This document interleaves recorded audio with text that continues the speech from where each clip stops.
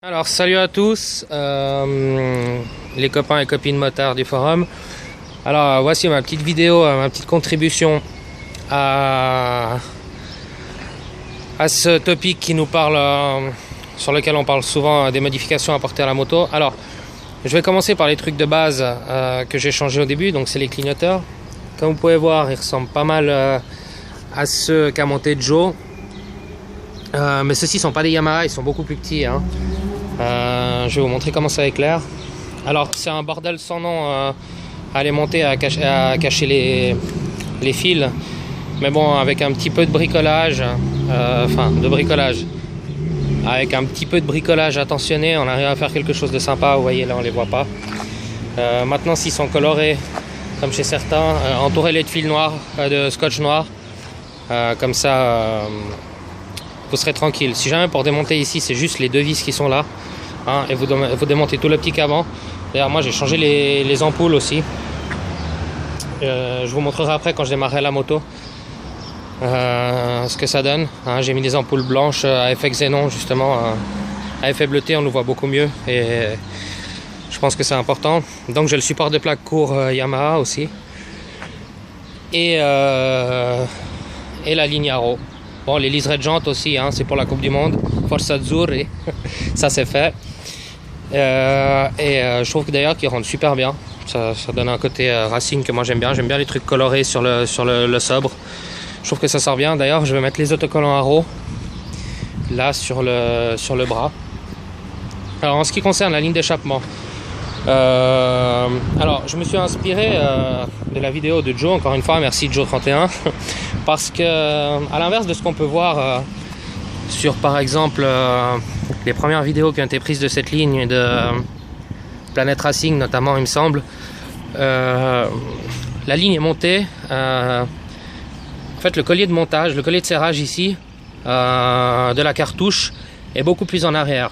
Ceci est dû à quoi? Eh ben, ceci est dû au fait que cette partie-ci de la ligne est inclinable. En fait, si vous jouez sur l'angle d'inclinaison de ce coude là, justement, vous pouvez placer la cartouche plus ou moins haut.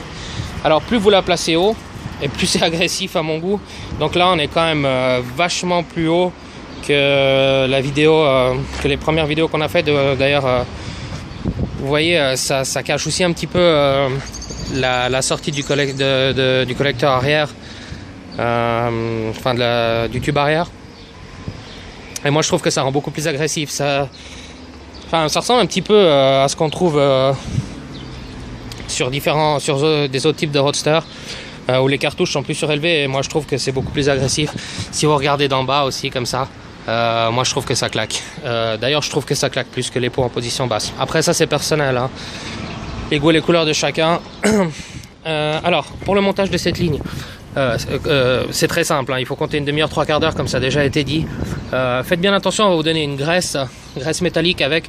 Entourez bien les collecteurs quand vous allez les assembler, parce que justement pour pouvoir faire pivoter celui-ci, pour régler au mieux la cartouche, et puis aussi pour faire pivoter la cartouche par rapport à celui-ci pour qu'elle soit bien dans l'axe du cale-pied, il va falloir tourner un petit peu. Alors le seul moyen de le faire facilement, c'est de faire chauffer la moto, mais vous aurez plus de doigts.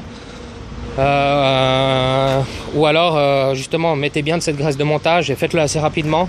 Vous allez voir, ça va fumer un tout petit peu au début, c'est normal, elle va partir et puis c'est réglé. Maintenant pour les vis, alors on les voit ici, les vis de collecteur. Alors ce qui est important, c'est de faire attention à pas trop les serrer parce qu'elles s'abîment vite déjà, ce qui est normal parce que c'est justement pour éviter de péter les goujons. Si vous pétez les goujons, si vous la serrez trop, la ligne va sauter simplement. Alors surtout, je crois que c'est à peu près, je vais pas dire de bêtises, mais à peu près 10 kg. Donc si vous avez une clé dynamométrique, regardez les instructions, c'est rien noté sur la notice Arrow, mais sur internet ça se trouve. Maintenant les ressorts ici, hein. Faites attention, il y a deux modèles de ressorts. Il y en a un long, allongé, qui tient la cartouche ici. Les autres sont plus courts. N'ayez pas peur s'ils touchent la ligne. Je veux dire, c'est les caoutchoucs, ils sont là pour ça. Ça va se marquer un petit peu, mais ils ne brûleront pas, hein. Je veux dire, c'est étudié pour. À ce niveau-là aussi, faites attention justement, vous mettez la cartouche en position un petit peu plus élevée. Donc ça, hein, on peut tourner le coude, il est fait pour ça, hein, pour que vous puissiez au maximum le mettre à votre goût. Ici, la durite de frein, enfin en fait c'est le capteur ABS, moi j'ai le capteur ABS. Pour ceux qui n'ont pas l'ABS, il y a quand même la durite de frein dessous. Faites attention, hein, quand vous placez votre cartouche, placez-la comme vous l'aimez, mais de façon à ce qu'il y ait quand même un écart pour pas que le capteur ou la durite ne touche la cartouche. Alors là encore une fois, il faut y aller pour que ça crame. Mais si c'est posé dessus, surtout en été, voilà, évitez les mauvaises surprises. Ensuite, c'est à peu près tout. Il y a une mousse que Donaro, en fait, après réflexion, elle va ici. Elle se colle sur le bras et elle empêche, parce que le silencieux bouge, hein, c'est normal. Il bouge parce que c'est évidemment ce qui permet, l'équerre est flexible, c'est ce qui permet justement que la ligne ne pète pas. C'est pour ça que je disais, ceux qui les montent en position basse, ils n'ont absolument aucun élément qui absorbe les vibrations et c'est ça qui risque de les faire péter. Ils ne sont pas conçus pour. Encore une fois, chacun fait ce qu'il veut. Maintenant, oui, alors faire bien attention de mettre cette petite mousse. Moi, je ne l'ai pas encore mise, mais je vais la mettre ici. C'est pour éviter que le silencieux ne tape sur le bras de la moto si jamais il y a des trop grosses bosses.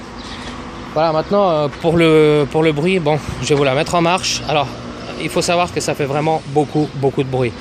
Je suis sans le kata optionnel, mais avec la chicane, hein, parce que sinon on s'entend juste pas. Hein. C'est pas possible. Vous faites 50 mètres en ville, vous vous faites arrêter. Surtout ici, je vous raconte pas. Bref.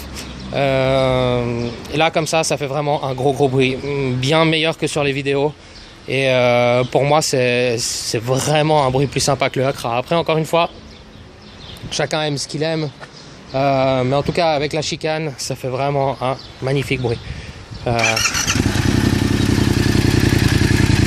voilà.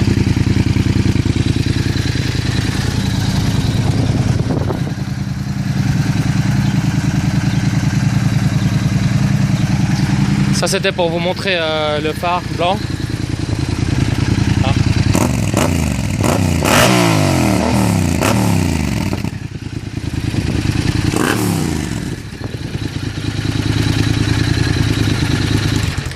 Alors moi aussi je vais arrêter de faire du bruit parce que je suis dans la cour de chez moi.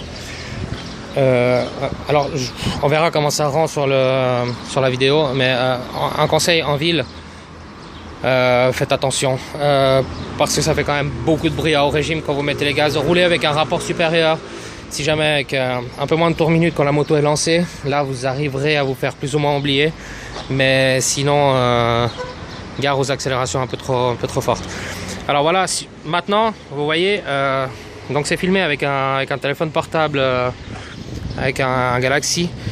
Donc c'est pas une caméra grand angle, donc vous voyez quand même que la ligne dessous, le tube, même sans sabot moteur, on le voit pas beaucoup quand on est à hauteur d'homme, donc à la hauteur à laquelle les gens vont vous voir.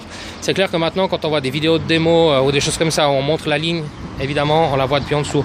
Je veux dire, je me mets ici, on voit pas le tube. Je me mets derrière, ça rend super agressif. Moi honnêtement, cette sortie d'échappement arrière, je trouve ça magnifique, plus joli que la position basse. Au début, j'y croyais pas, et puis après avoir vu une ou deux vidéos où les gens l'ont monté, et surtout en le montant esthétiquement, en ajustant bien le coude, je trouve que ça rend vraiment magnifiquement bien. Voilà, alors, oui, encore une chose, j'ai fait durcir la suspension de 2 crans à l'arrière. Je trouve que ça reste encore assez souple pour rouler en ville. Et puis, lorsque vous arsouillez un peu, ça permet quand même d'avoir un petit peu plus de rigidité en conduite sportive justement. Encore une fois, ça vaut pas les amortisseurs Nitron, je sais plus quelle marque. Il y a d'ailleurs un Anglais qui en a fait une sur une Red, Racing Red là, et ça donne assez bien. Il en est content. Si vous comprenez l'anglais, allez voir cette vidéo, il vous explique bien. Et puis, mais bon, moi personnellement, je suis pas un pilote non plus, donc voilà, en conduite sport sympa. C'est beaucoup plus cool comme ça. Maintenant, si vous voulez agresser ou aller taper des vibreurs sur circuit, c'est clair qu'il faudra montrer quelque chose d'autre. Comme sur pas mal de motos d'ailleurs. Voilà, alors merci de d'avoir regardé la vidéo et puis à bientôt sur le forum.